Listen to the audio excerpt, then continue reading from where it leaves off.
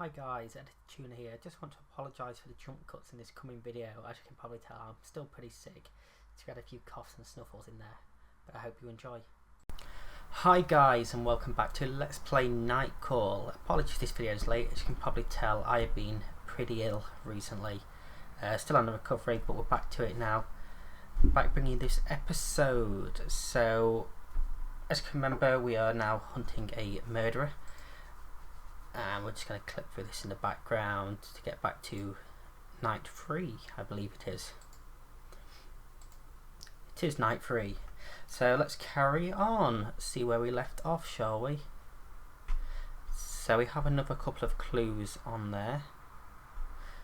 So I think we'll go and get them. Hopefully not as expensive as last time. From outside the Montparnasse gun store, looks like any other shop. A plain discreet front window, sliding doors. But inside they sell handguns, machine guns, knives and even grenades. It's your first time here, but you've already had its owner in your cab. The store opens really early so that patrons can come in and train at the shooting range. As you walk up to the counter, you hear a distant noise of gunshots under your feet. It's an unsettling experience. Can I help you? It's the owner speaking, an older woman with a hunchback. She's been selling weapons since the 70s. She's cheeky in a typically Parisian way, and her wrinkles carve craters across her face. Ah, it's you. It's been ages. Come closer. You make small talk and eventually decide to go for it. I have a question for you about a weapon. You slide the photo of the shell across the counter. She looks slowly up at you. Where's the photo from? She's been doing this for years and you doubt you can pull one over on her. The cops. Yeah? And just how did you end up with police photos? I'm a private investigator now. On top of driving a cab? She cocks her head towards the outside. Although, with the disruptive economy we're living in, it's not surprising you have to work 2 jobs. Give that to me.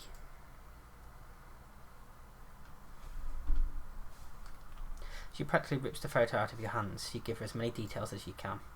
She thinks for a while. The shop door opens and a woman comes in. Probably a cop from her parents. Comes in, greets the owner and disappears downstairs.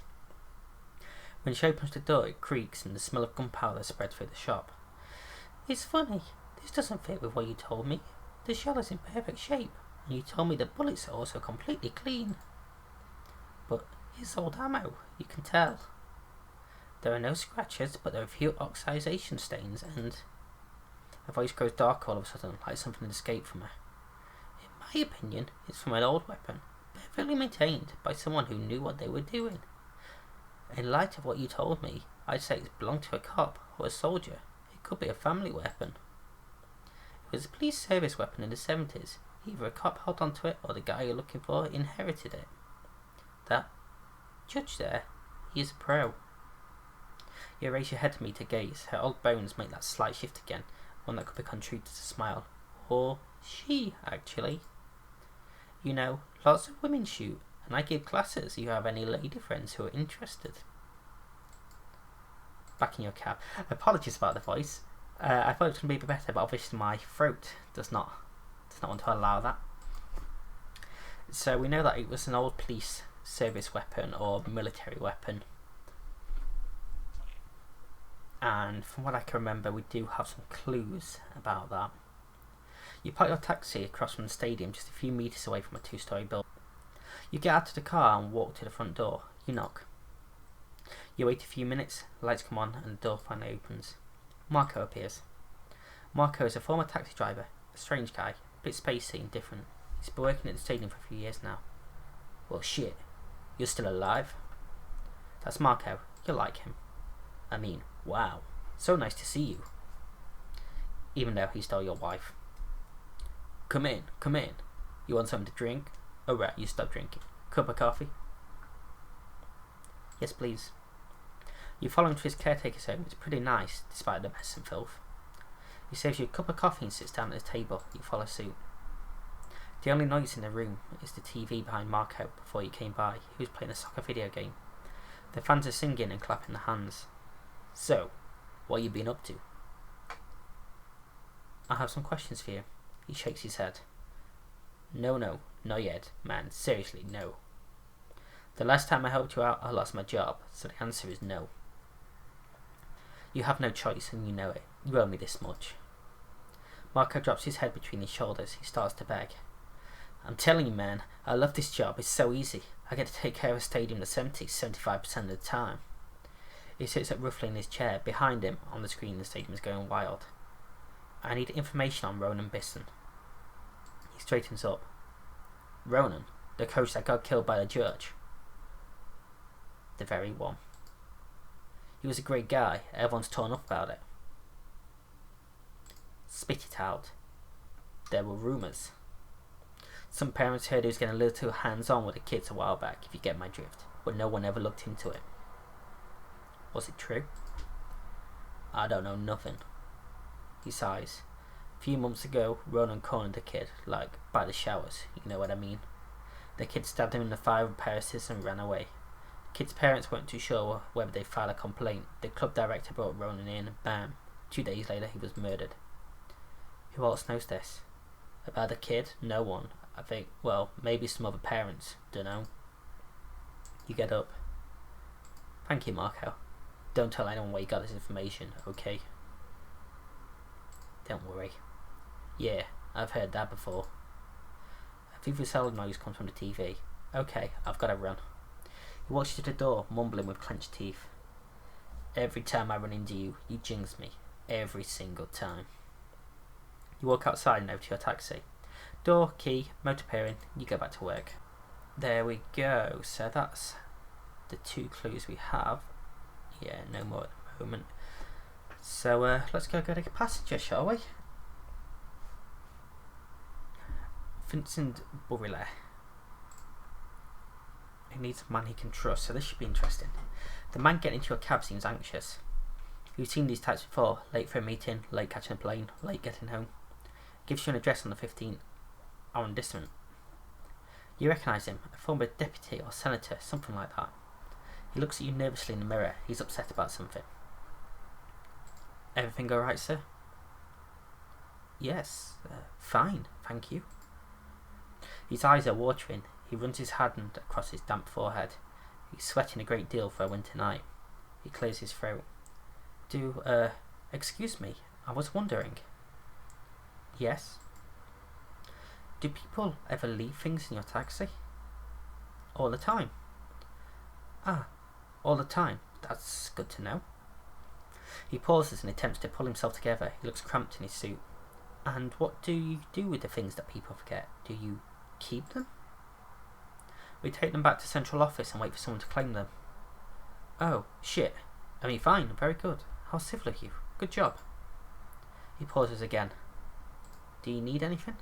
Well, yes, no, how shall I say? I need to lose something, if you get my drift. And I need to lose it in your taxi. I don't understand. Sorry, I owe you an explanation. I just got out of a meeting. It was awful. Sighing to himself, he adds, awful. I've always been loyal to the party, you know. I've always followed orders, gotten the job done. My mother was a card-carrying member, my father an elected official, but I just can't do it anymore. I'm going to leave my briefcase here in the back seat. A moment goes by, he stares at you. You might say it was an oversight, you see? And then what happens? And then someone will take care of the briefcase. When you drop the taxi off, bring the briefcase to your head office, someone will come pick it up. He takes a deep breath. This country we live in is going to hell in a handbasket. Everyone running it is corrupt. They've sold out. They're thieves. All of them. He slowly lays the briefcase beside him. We have lunch with the lobbyists, dinner with bankers. We should burn everything. Start over from scratch. Sometimes I dream we all get sick, be swept away by a political plague. A flu for suits. He pauses, exhales, shakes. I can't bear to see them spend €600 on a meal when they just decided to close a hospital that's suddenly become too costly to maintain. 6 months ago, we refused to vote for a law that prevented the building in Pantin from burning down. Do you remember? 6 months ago, we could have saved 75 people. He stumbles over the next words. The public housing minister, when we presented that bastard with a bill, he burst out laughing. As if the people living in those crumbling buildings were just peons. The pastor groans as if in pain and suddenly stops talking. What's in it for me? He sighs. Listen, I'm not asking you to lie or kill someone, just act as if you know nothing. I'll leave some money with a briefcase, it should be enough to compensate you. Silence. Stop the car, act as if everything is normal. You park along the sidewalk. You suddenly notice the client smells terrible. Sour, pungent BO, almost unbearable. He pays his fare, slips you an extra bill. Your compensation. He gets out and walks away quickly without turning back. You open the window to air out the cab. Nice profit? Now let's go and see Santa, shall we?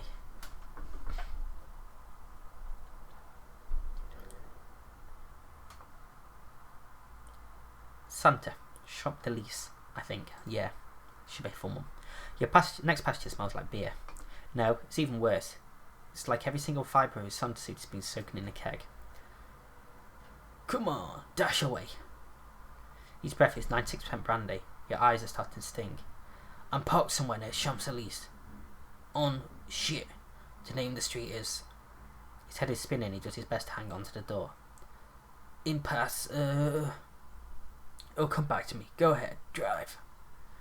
You start driving and silently wonder how to ask your passenger if he has enough money to cover the fare. You glance back at your passenger. He's mumbling himself, but you can't quite make out what he's saying. Christmas is over, so why is he still dressed up? You have a nice evening? Ooh, fabulous. A smile spreads across his face. And I really needed it. He lowers his voice. He's confided in you. After working my ass off all year long, I like to hit my favourite pubs. I get monumentally wasted.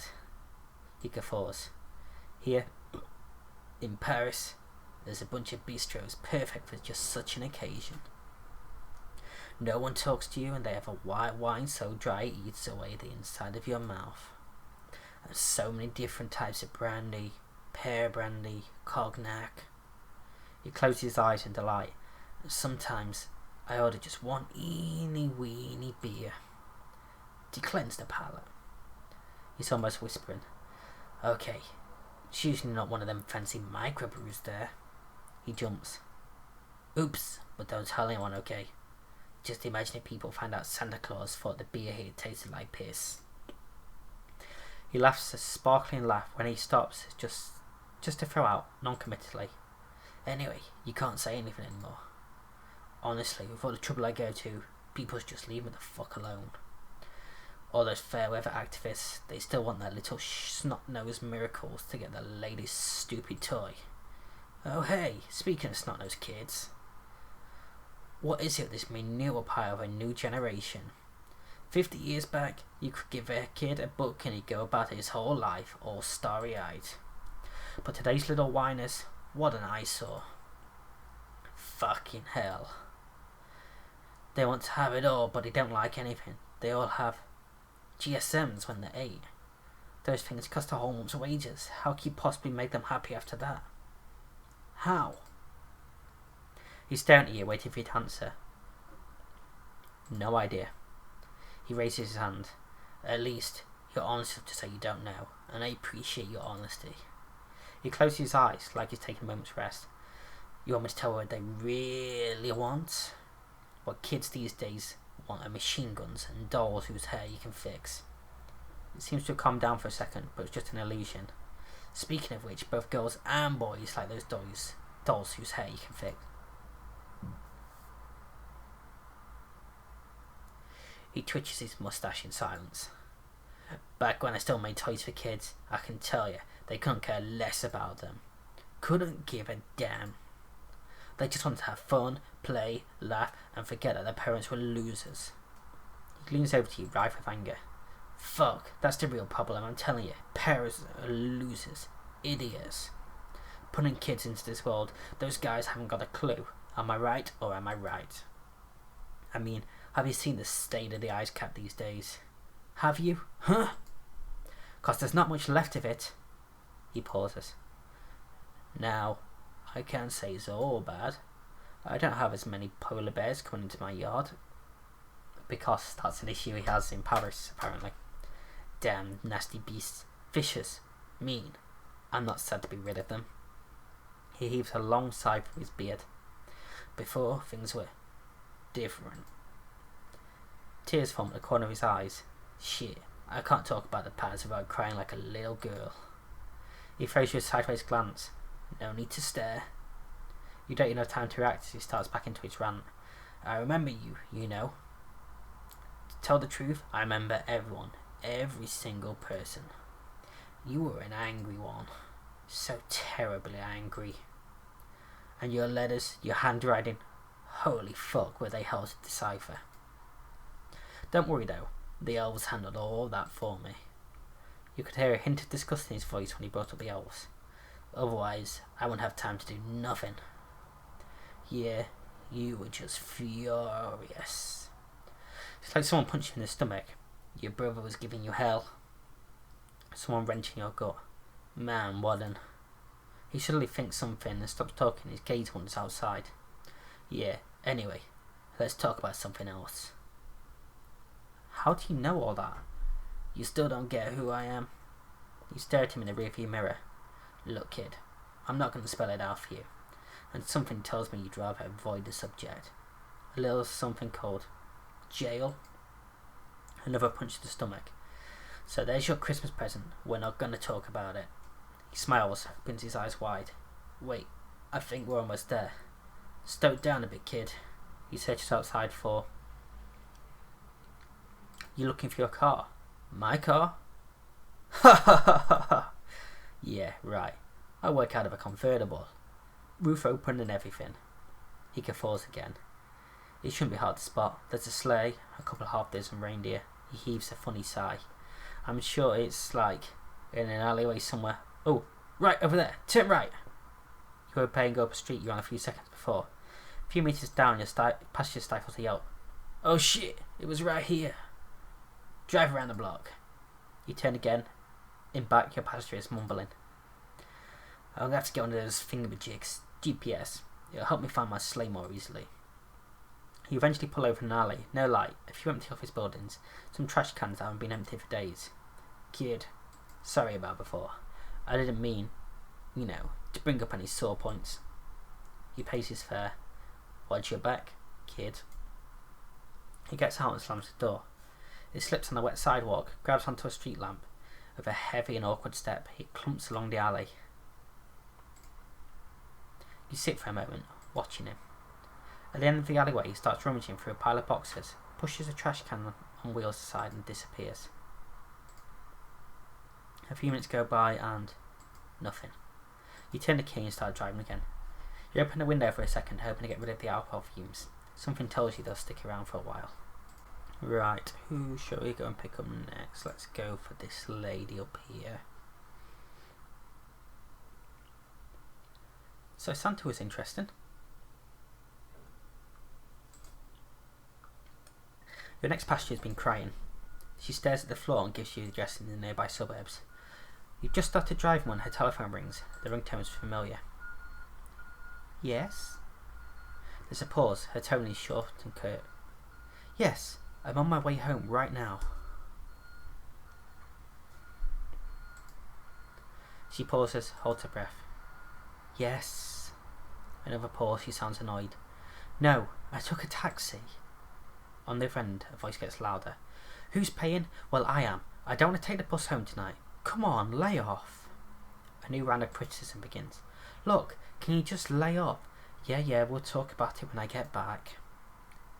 She holds the phone away from her ear, ready to hang up, then pulls it back. Yes, I'm here. She finally glances at you. There's no need to scream. I can hear you. I told you, we'll talk about it when I get home. We're about to enter the tunnel, miss. She smiles. No, that was the driver saying we're going to be cut off. No, he seems normal. Mom, I said, it's Brit. She hangs up. Thank you. Thank you. You hear a ring, the same tune as before. The young woman hesitates, turns her phone over her hand and decides not to answer. Sorry. I know that tune. Her face lights up. It's Lakme by Leo Delibes. We gave a performance with this music. After hearing it so much, I just fell totally in love with it. Such an incredibly soft piece.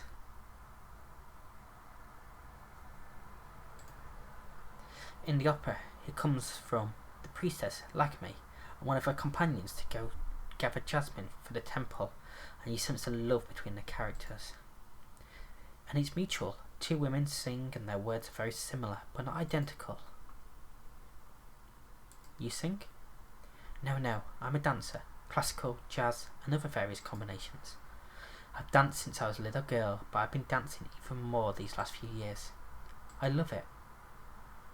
A friend and I put on our own choreography to a few scenes in the Lakme opera once. We did a show. It was really exciting. The smile that appeared on her face seems to have raised the tears. And thanks for earlier, by the way. I missed the last metro and, to be honest, I didn't really want to go home. My mother is waiting to have a long, very long discussion about my future, my career, all the sacrifices she's made for me. She's a cleaning woman in one of the fancy offices buildings at Le Défense, and I failed my bar exam, so she thinks. She stops herself. She's going to make a joke, but something keeps her from doing so. Her smile vanishes. She thinks I'll end up as a cleaning woman at Le Défense. Your passenger sighs. She thinks I dance too much. She thinks it's Lakme's fault. But mostly, she thinks it's my fault. She heaves a huge sigh and stares at nothing outside. I studied, I worked hard, but I didn't pass. I just don't believe in all that anymore. Now be warned, what I'm about to say will sound cliché, but I want to be a dancer, not a lawyer. My mother doesn't understand. You must work to earn money in order to succeed. She takes a breath. Sorry, I didn't mean to unload on you. I must seem like a pretentious little princess. Not at all. Thanks. Thanks for lying. She smiles. The address she gave you is not much further.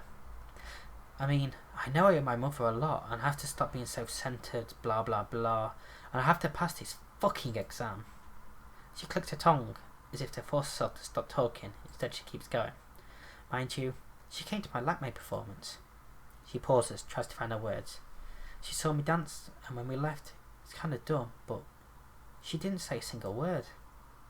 And I think I've never felt prouder. Her silence spoke 1,000 words. You pull the car up to her house. She takes her time getting out of the car. I don't know why I said all that, but it felt really good. Thank you. She disappears. Her tears have definitely vanished. Another nice little earner there. This guy, let's go and see what he's got to say.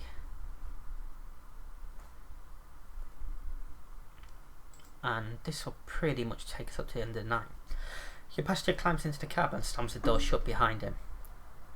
Good evening. Plan Sentinel, please. He stops short, visibly sizing you up. Do you know where it is? You nod yes. Avenue de Magasin Jean. So, you know the street? Yes, sure. He looks at you intently. You know all the streets of Paris? His question drips with disbelief. You know his kind well, the sort he referred to as the Arab, and not but an eyelid. Yes, I do, monsieur. He seems hesitant. Well then, let's go. You start the cab. Your client stares out the window as if hypnotised. You watch him in the rearview mirror. His face is familiar to you, his accent too, though you'd never be able to place it. Typical of some rural region, central France perhaps. You take another look. That's it, you've got it. He was a contestant at one of those reality shows where farmers meet women. You'd seen him on the show a few weeks before. You'd watched it from your hospital bed with a distracted eye. But something about it bothered you. The show was a very masquerade. A life in the country seen from a very Parisian and cynical perspective, full of scorn and contempt. Okay then, you figured out who I am. His remark, his accent, bring you back to the present. Sorry? You've recognised me, right? So you can make fun of me now. Make fun of you? He shrugs. Yeah, like all those other people do out there on that Tweety thing. Tweety? Takes your secretary eyes, he's talking about social media. Make fun of you? Yeah, well, go on, have a good laugh. It's free, right? Why shouldn't you? Have a good laugh at my expense. That's all I'm good for, right? His eyes meet yours. His voice faltering. He sighs heavily, then shakes his shoulders. He goes on staring at you for a while and then seems to calm down. Sorry. He shakes his head, obviously moved. His shell is starting to crack. It's a living hell. Imagine what I'm going through. It's a nightmare. 3 months ago, I was a contestant on that stupid show, Fields of Love. Well, I said yes because my wife's been dead for 25 years. I've been all alone ever since, just me and cows and others. He stops and shrugs. The show was aired like a month ago. At first things were all fine, friends called, we had a good laugh and all. And then I find out the internet's been laughing at me too. They are those things, I can't remember what they're called. Moms? Mams? Merms? You know those pictures that move all by themselves on the damn internet? You have no idea what he's talking about. So I made myself a Tweety account to go and see what they're saying about me. Calling me a virgin and a Nazi, that I screw my cows too. He looks his way as if someone else has spoken the words. They practically die laughing at a farmer who... He doesn't want to finish the sentence. So yesterday I said I'd had it. I called my cousin to keep an eye on my farm and I left for Paris. I'm on my way to see those TV jokers right now. 6 months ago they said if there's a problem whatsoever they'd take care of it. Well, there is a problem. His anger has subsided somewhat. His face has returned to its normal colour. What's your plan? Hell yes, I have a plan. I'm going to show up at their office and raise Cain until they listen to me. You're really going to do that? Yeah, that's the plan. He gives an energetic nod of the head. And believe me, they're going to listen.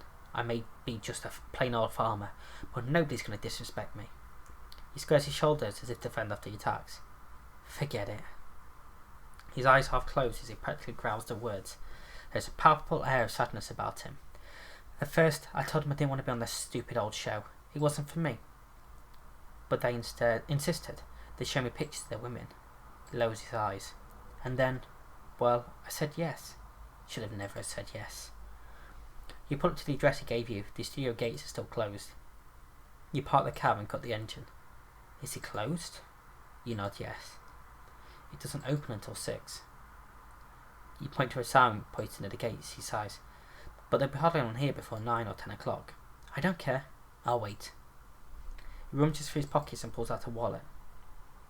Good luck. He gives you a curt nod, his lips pursed. Believe me, they are not going to get away with it. He fixes his gaze on you, his eyes narrow. You know, I'm not racist. His voice is low and raspy. Don't believe the show. I didn't mean what I said, and I didn't really say that stuff either. What exactly did you say? He stops short. Nothing.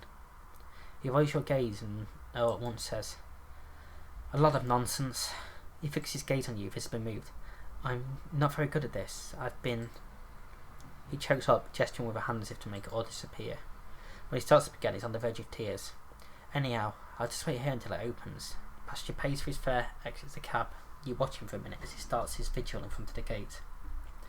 You notice a newspaper on the back seat. Your last passenger must have left it behind, or the woman before. You grab it and put it away. Could come in handy. Then you start the cab, it's back to the grind.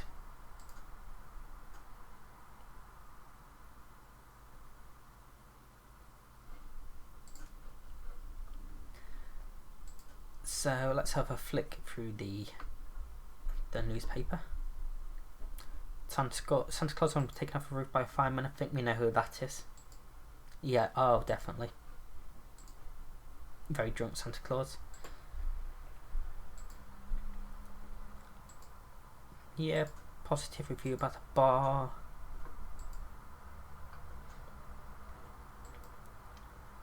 So, I mean, sorry if I'm just clicking through this, but it's got no real interest for the story. I've got no information in there about the judge. And the end of the night. So we've met Vincent. We met Santa. Good old Santa there.